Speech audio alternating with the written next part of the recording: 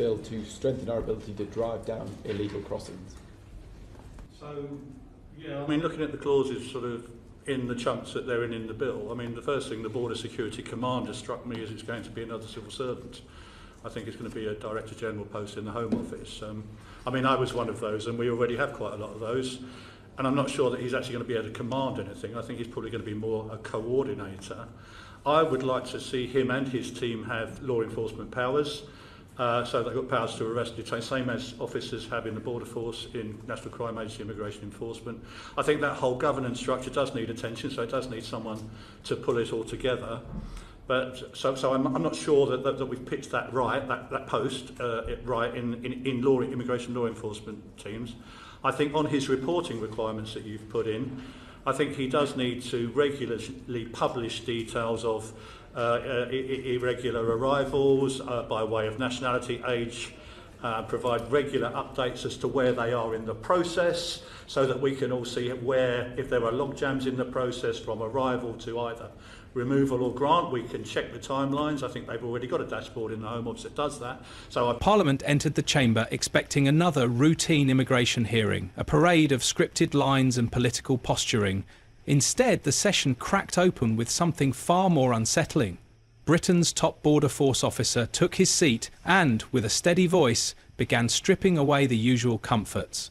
What followed was a blunt assessment of a system buckling under pressure, marked by rising illegal crossings, broken deterrence, and policies stretched past their limits. The delivery was calm, but the impact was electric. MPs who normally tune out the guarded phrasing of civil servants leaned in, drawn by the starkness of what they were hearing. There were no euphemisms to soften the blow. By the time the testimony ended, one reality was undeniable. The United Kingdom's border strategy was no longer holding the line. Be able to take responsibility for that.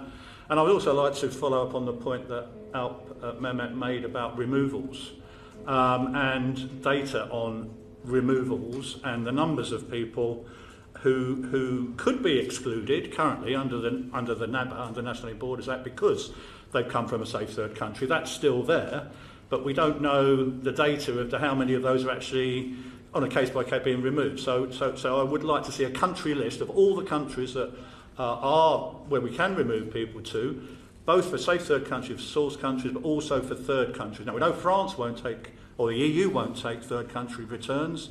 In fact, without Rwanda, I don't think there are any countries that will take third country returns. There are countries that will take their own nationals back, but under this new system where we've done away with SORA and most of the IMA, then there doesn't seem to be a third country option outlet. Therefore, those people that come here from Iran or Iraq or Syria or Afghanistan know on the other side of the channel they need only get in the British territorial waters, and they will probably be allowed to stay in the UK, because they maybe well get asylum, but even if they don't, it's impossible to return them for one reason or another. So I'm really interested in that returns piece. I'm really keen on data from mobile devices. What gave the moment its weight was the absence of theatrics. He spoke without chasing headlines or partisan applause. Yet each line carried the authority of years spent on the front lines. This was testimony drawn from lived operations, not party talking points, and it exposed how dangerously close the current system is to collapsing under its own contradictions. The discussion opened with removals, one of the most politically loaded aspects of immigration policy. On paper, Britain holds the legal power to return individuals either to their home nations or to designated safe countries.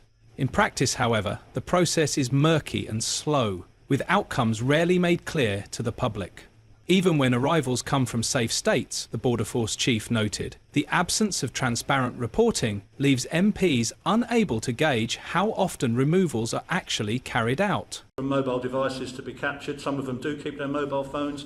That data is being used for prosecution purposes only. I think that should be made available to officials who are considering their asylum. Quite often there's passport data on there, identity data, age data, travel history data. He pressed Parliament to move beyond broad promises and publish a detailed, country-by-country breakdown of removal agreements. Not another policy slogan, but a working document that spells out where the UK can return people, how quickly those transfers can happen, and under what terms.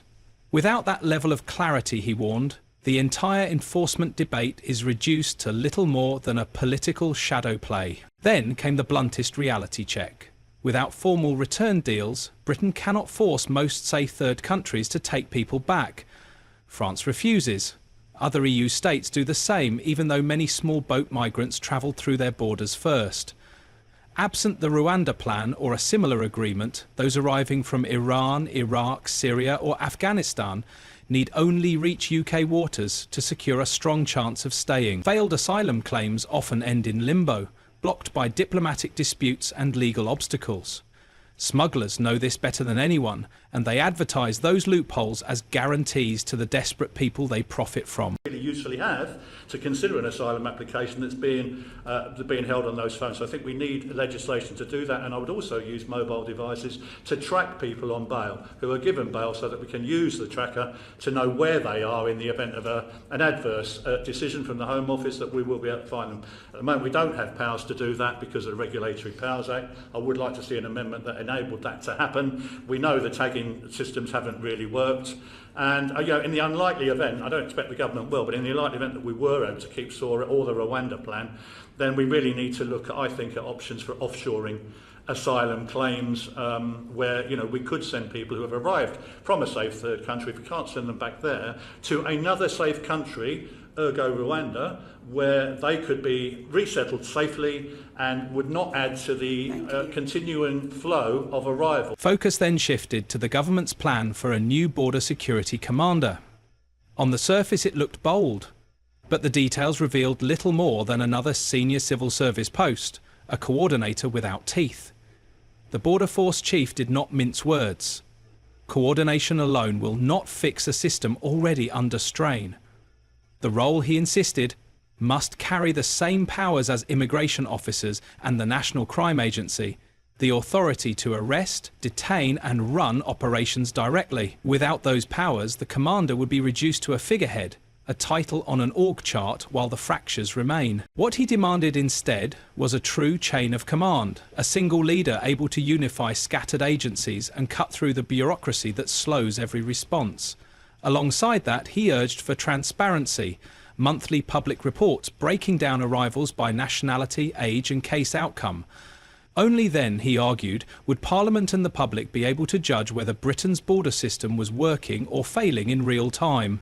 So, one thing that I have raised is the possibility of a biometric entry-exit system in this country, which we don't have, but at the weight, I do chair a lot of conferences around the world on border developments, border security, border technologies, if you like. Your face will become your passport, sooner or later, sooner rather in some countries than here, in that we could, if we had the powers and authorities, capture just a digital image, which is a biometric of everybody entering and exiting the country, require the carriers to do likewise. We don't have physical embarkation controls. This is happening in America, it's happening in Dubai, it's happening in Singapore. We're going to Curacao where Technology soon took centre stage. Phones confiscated from migrants, the chief explained, often contain a wealth of material. Passport scans, itineraries, ID cards, even school records that can verify age. Right now, much of that evidence is reserved for criminal prosecutions. He argued it should instead be folded into the asylum process, accelerating identity checks and shutting down fraudulent claims before they gain traction. He outlined other measures too, including the use of mobile devices for real-time tracking of individuals released on bail. Existing tagging systems are clumsy, outdated and easy to bypass, while current surveillance laws restrict more advanced methods. With limited legal reforms, he suggested, Britain could monitor failed claimants far more effectively and ensure they are available for removal. Without such tools, too many disappear into the shadows of the informal economy, where enforcement becomes nearly impossible. An actual walk-through border there now, and all it does is capture your face, it matches you to the API data that you've already got, uploads it into the cloud, recognises you straight away, you've got a more seamless border, but it'll give you things like proper figures on who's in this country and who isn't. Your net migration figures will be a lot more accurate than they are currently, provided that we have the powers to capture and retain those facial images on everybody. That means UK passports, Irish passport, ETA and visa and permanent residence. But I think that's achievable, and I'd love to see that happening in this country. Thank you very much. The discussion eventually turned to offshore processing, one of the most divisive tools in the immigration debate. The Border Force chief stressed its practical necessity. If Britain cannot return arrivals to the countries they travel through, it must secure agreements with other safe nations willing to take them.